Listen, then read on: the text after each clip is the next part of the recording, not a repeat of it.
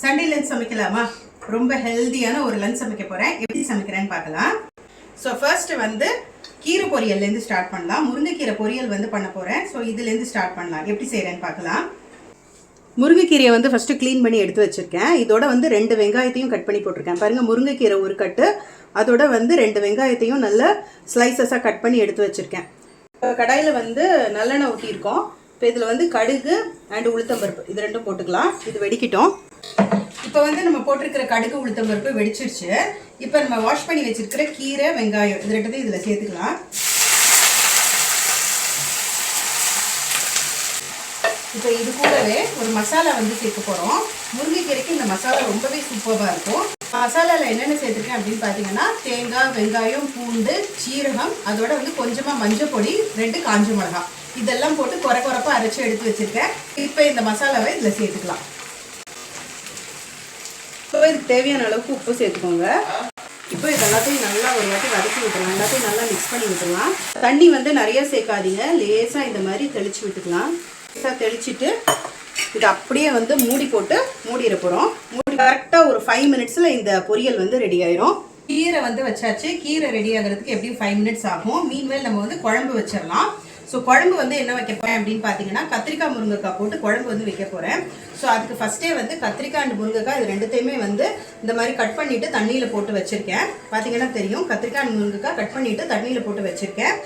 So குழம்பு செய்கிறதுக்காக வெங்காயமும் தக்காளியும் கூட கட் பண்ணி வச்சுருக்கேன். இப்போ குழம்பு வந்து செய்ய ஆரம்பிக்கலாம். இப்போது இந்த கடாய் சூடு பண்ணிவிட்டு இதில் வந்து நல்லெண்ணெய் ஊற்றிருக்கேன்.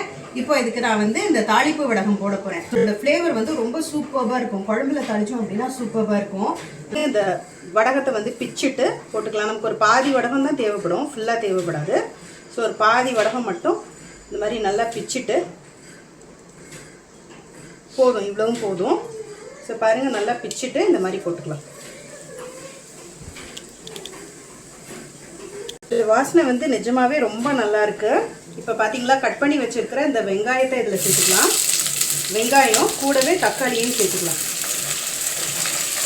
இப்போ நம்ம கட் பண்ணி தண்ணியில் போட்டு வச்சுருக்கோம் இல்லையா, அந்த கத்திரிக்காய் அந்த முருங்கைக்காய், இப்போ இதையும் வந்து இது உள்ள சேர்த்துக்கலாம். கத்திரிக்காய் முருங்கைக்காய் இதையும் இதில் சேர்க்க போகிறேன்.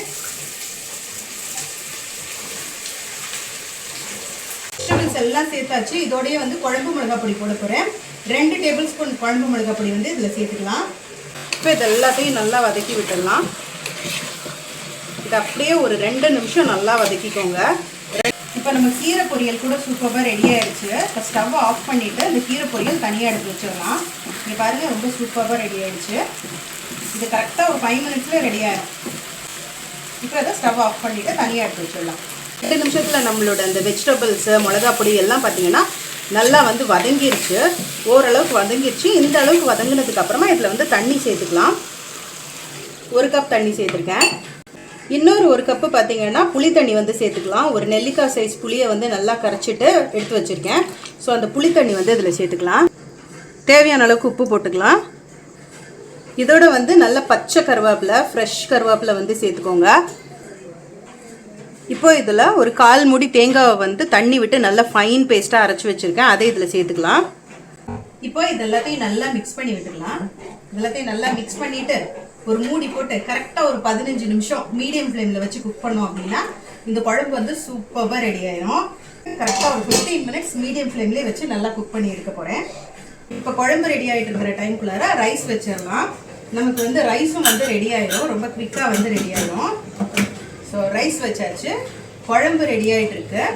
ஸோ குவிக்காக சமையல் முடிஞ்சிடும், பார்க்கலாம். சாதமும் குழம்பும் ரெடி ஆகிட்டுக்குள்ளார அப்பளம் வந்து பொரிச்சிக்கலாம்.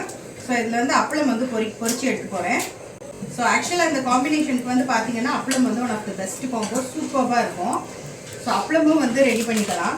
நான் ஒரே டைமில் 2 அப்பளமாக போட்டு பொரிச்சு எடுத்துருவேன்.